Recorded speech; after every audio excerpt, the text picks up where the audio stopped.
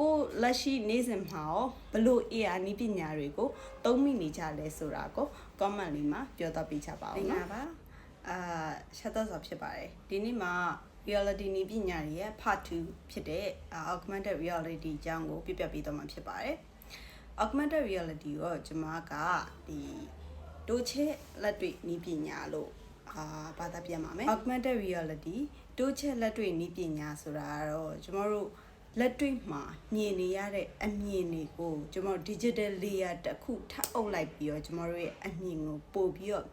မြင်သာထင်သာဖြစ်သွားအောင်တိုးချဲလိုက်တဲ့သဘောအနေနဲ့တက်ရအောင်ပြုလုပ်ထားတဲ့နည်းပညာမို့လို့ကျွန်တော်တိုးချဲလက်တွေ့နည်းပညာလို့ဘာသာပြန်ခြင်းဖြစ်ပါတယ်ဘလို့ digital layer ထပ်အုပ်တာလဲကျွန်တော်ပြောနည်းနည်းရှုပ်သွားလားမသိဘူးဥမာအဖြစ်အခုကျွန်တော်မြင်နေရတယ်ဒါကျွန်မရဲ့လက်တွေ့ကင်မရာကနေမြင်နေရတဲ့အမြင်ကျွန်မမျက်လုံးကနေမြင်နေရတဲ့အမြင်ဒါပေမဲ့ကျွန်မမျက်လုံးကနေမြင်နေရတဲ့အမြင်မဟုတ်ဖ ೇನೆ အမြင်မျိုးမဟုတ်ဖ ೇನೆ အပေါ်ကနေပြီးတော့ digital ဖန်တီးထားတဲ့ layer တစ်ခုကိုထပ်အုပ်လိုက်တာအဲ့လိုဆိုရင်လူကြီးမင်းတို့ရဲ့မျက်လုံးထဲမှာဘယ်လိုနည်းပညာမျိုးလို့မြင်လာမလဲဟုတ်ပါကျွန်တော်တို့နေ့စဉ်အသုံးပြုနေတဲ့ camera filter တွေကကျွန်တော်တို့ AR နည်းပညာလို့ပြောလို့ရပါတယ်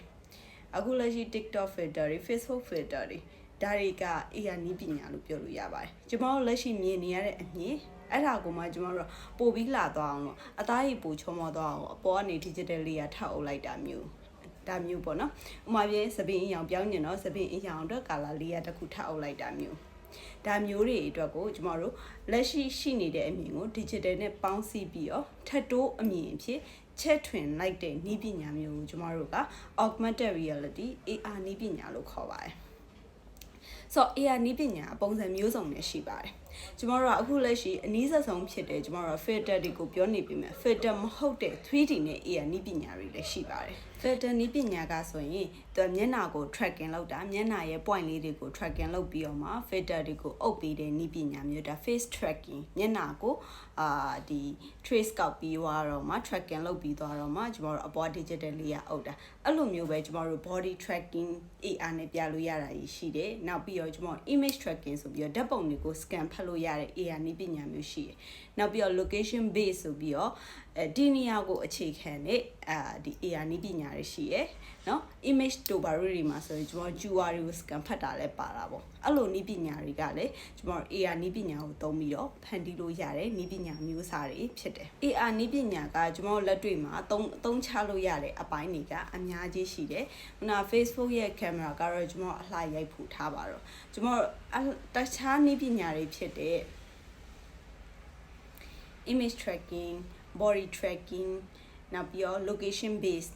ဒီလိုမျိုး AR နည်းပညာမျိုးတွေကတော့ကျွန်တော်တို့ပုံစံမျိုးစုံနဲ့အသုံးပြုနေကြပြီပဲဖြစ်ပါတယ်။ဥပမာအဖြစ် image tracking ဆိုရင်ကျွန်တော်တို့က QR တွေကို scan ဖတ်ပြီးတော့အဆောက်အဦတွေကိုလည်းကြည့်လို့ရတယ်။ပုံတွေကို scan ဖတ်ပြီးတော့ 3D model တွေကိုလည်းကြည့်လို့ရတယ်။ location based tracking ဆိုရင်ဒီနေရာမှာကျွန်တော်တို့မရှိတဲ့ 3D ကိုလာချပြီးတော့ကြည့်လို့ရတယ်။မရှိသေးတဲ့ data တွေကိုရှိလာအောင် digital layer နဲ့ပြလို့ရတယ်။ဥပမာအဖြစ်ကျွန်မကဒီရန်ကုန်မြို့ရဲ့တနေရာမှာကျွန်မပစ္စည်းလေးတစ်ခုချထားတယ်။ဒီပစ္စည်းနဲ့ပတ်သက်တဲ့ information တွေထည့်ထားတယ်။ဒါဆိုအဲ့နေရာကိုရောက်သွားတဲ့သူကဒီ AR နဲ့ scan ဖတ်ကြည့်လိုက်ပြီးတော့အဲ့ပတ်ဝန်းကျင်ကိုရှာကြည့်လိုက်ရင်အဲ့ပစ္စည်းလေးကို 3D နဲ့ပတ်သက်တဲ့ပစ္စည်းလေးတွေရှာတွေ့သလိုအဲ့ဒါနဲ့ပတ်သက်တဲ့ data ထည့်ထားဆိုလဲ data ရှာတွေ့လိမ့်မယ်။ကျွန်မအခုပြောရတဲ့နည်းပညာဆိုရင်အနည်းဆက်ဆုံး